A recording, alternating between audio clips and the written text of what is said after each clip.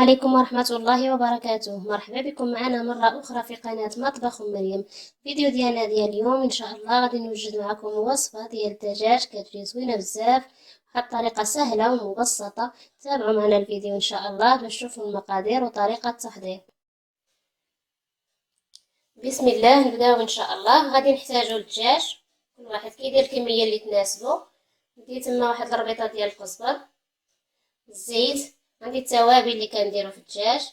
ندير شويه تحميره، شويه كمون، شويه خرقوم، شويه قزبر يابس، راس المعلقه ديال المساخن، معلقه ديال الملح، معلقه ديال البزار، معلقه سكينجبير، عندي جوج فصوص ديال الثوم، عندي معلقه ديال السمن الحار ماشي حار بزاف، عندي جوج عواد ديال القرفه وورقه سيدنا موسى، وعندي حامض مصير وواحد الكاس ديال الماء. نبداو على بركه الله. كنديروا الاول الدجاج،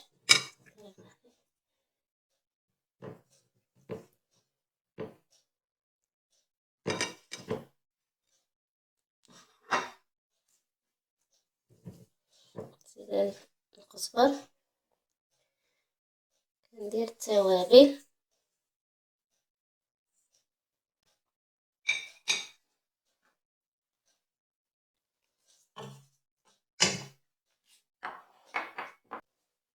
كنزيد هذاك الحامض المصير، كنحيد ليه القشره ديالو، كنديرها غير اللب ديال الداخل.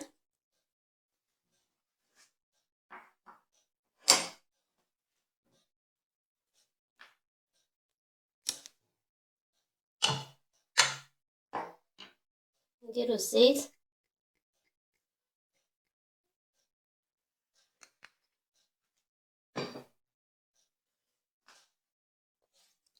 ندير هذاك الكويس ديال الماء،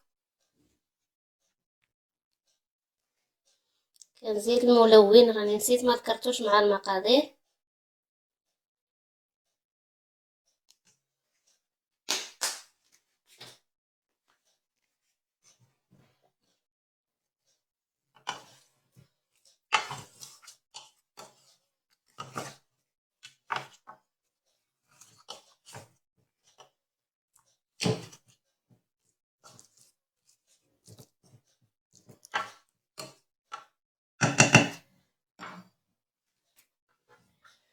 صافي دابا كنخليوه تقريبا شي 3 سوايع، ولا لا درتيه وخليتيه يبات احسن، ومن بعد نردوه ان شاء الله فوق النار على عافيه مهيله.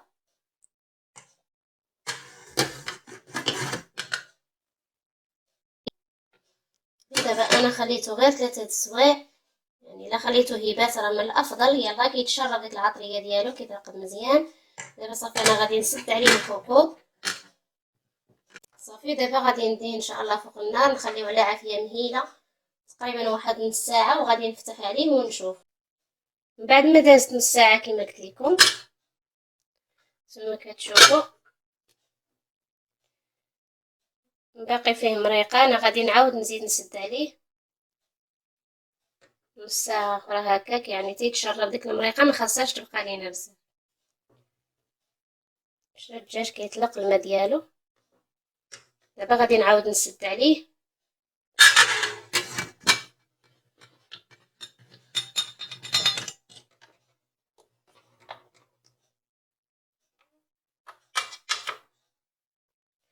نزيدو نص ساعه اخرى ونتلاقاو ان شاء الله باش نشوفوا الشكل النهائي ديال الدجاج ديالنا كيفاش غادي يجي.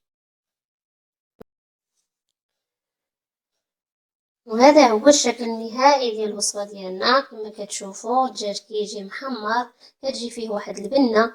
انا متاكده الا جربتوه غادي يعجبكم ان شاء الله.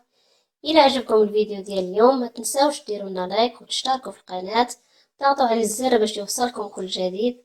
وكنشكركم بزاف على التعاليق ديالكم اللي كتشجعني وكتدعمني نزيد وصفات. نتلاقاو في وصفه اخرى ان شاء الله، والسلام عليكم ورحمه الله وبركاته.